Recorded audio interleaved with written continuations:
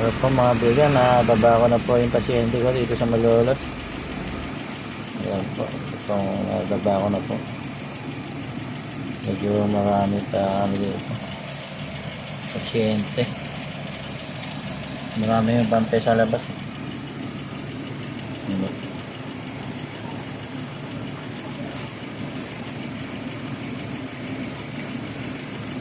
Nababa ko na.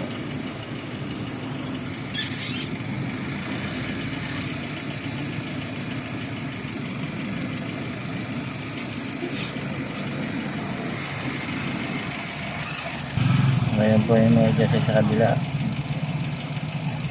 Nga pong marami. Marami pong positive. Ngayon pong mga bigan.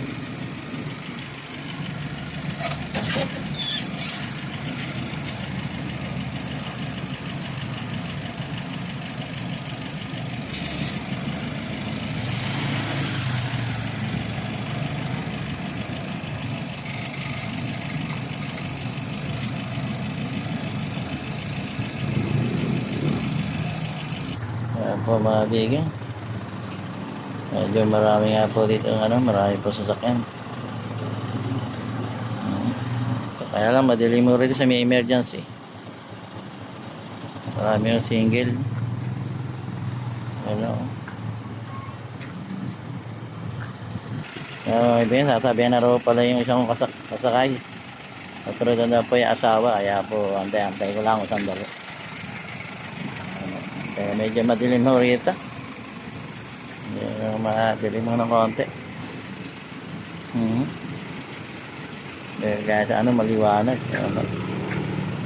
Antay lang ako sandali. Mga bigan. Ito po ito sa Malolos Provincial Hospital. Tiga phase 9 po yung ako. Phase 9 daw po sila.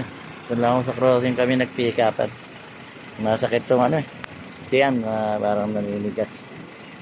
Yun yung sakit. Medyo marami yung pasyente dito. Kaya mga bigan. Antay ko lang ako yung kasama. Uwi na rin ako. Kaya naman na may kasabay ako. Yan po, ito na naman po ang ating natulungan ng ating barangay.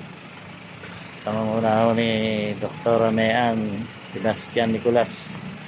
At kasama po si Bigan driver ang patron natin. Ayan po, wala pa akong kasamang tanod.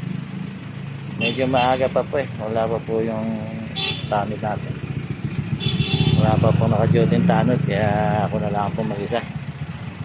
Sige po mga bigan, bago na po. At magandang gabi ho mga bigan. Bye bye.